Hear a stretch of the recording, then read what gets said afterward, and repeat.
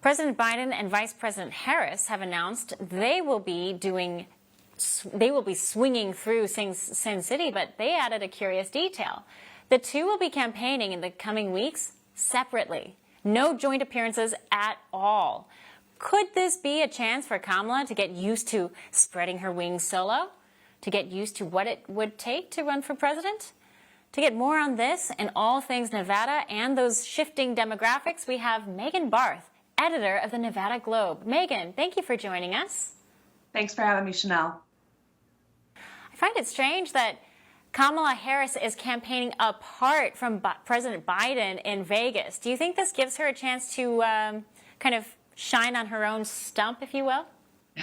Well, it's interesting because Kamala Harris, Vice President Harris, has been to Nevada now 16 times since the 2020 election, and this marks her 6th visit this year. She stopped on a campaign stop through Las Vegas yesterday at Resorts World. She was speaking to the Pacific Islander community, the Hawaiian community, as well as the Asian American community, to a crowd of about 300. So she's certainly no stranger to Las Vegas, but I think what we're seeing right now, of course, at the national level with the concerns, specifically amongst Democrats, with Biden's ability to lead the country as well as win an election, is growing with each day, including this morning.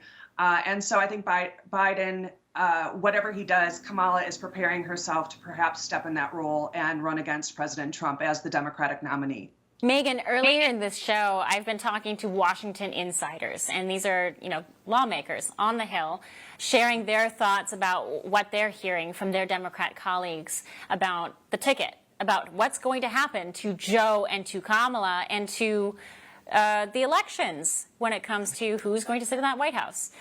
I ask you, an observer from out west, how are the Democrats out there taking all of this turmoil that is happening inside the DNC? Well, what's really interesting is that Nevada really came down to deciding the Senate. And when Adam Laxalt lost to Catherine Cortez Masto, Adam Laxalt only lost by about 7,800 votes, 8,000 votes. So Nevada is known to have very close elections. I think what we're going to expect is another close election. We have Senator Jackie Rosen, who has been supporting Biden since the time Biden ran. However, last week she gave a quote that she didn't necessarily endorse Biden. She said she was focused on her own race.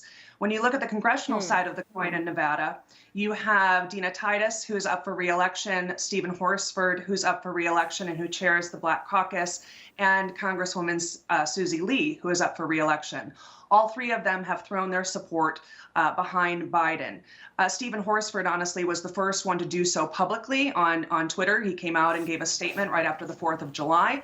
And Dina Titus spoke to the local press here, and Susie Lee just released an announcement, I believe it was yesterday, in support of Biden. I can't imagine that they're having an easy time of it explaining to their constituents their continued support for Biden and Kamala at this moment. But it seems like on the East Coast, they're having to stand by their man.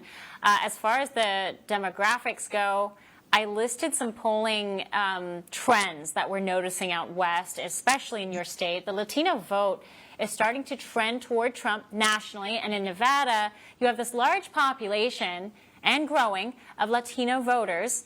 Is it possible for these voters to return to the Democratic Party if they end up dumping Biden?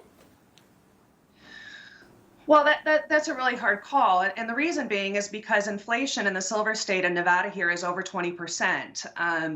The most recent study that was conducted is at 22.2%, which translates into an extra $30,000 per year that Nevadans are spending since Joe Biden took office. And that's just on the basic household expenses. So inflation targets every demographic. It is not choosy on which race it's going to target. And so all Nevadans, including Hispanic Americans, Latinos, are feeling the pain of the government spending, which has created this inflation, this double-digit inflation in Nevada. For all our viewers asking where One America News is heading in the future, we would like to introduce you to OAN Live.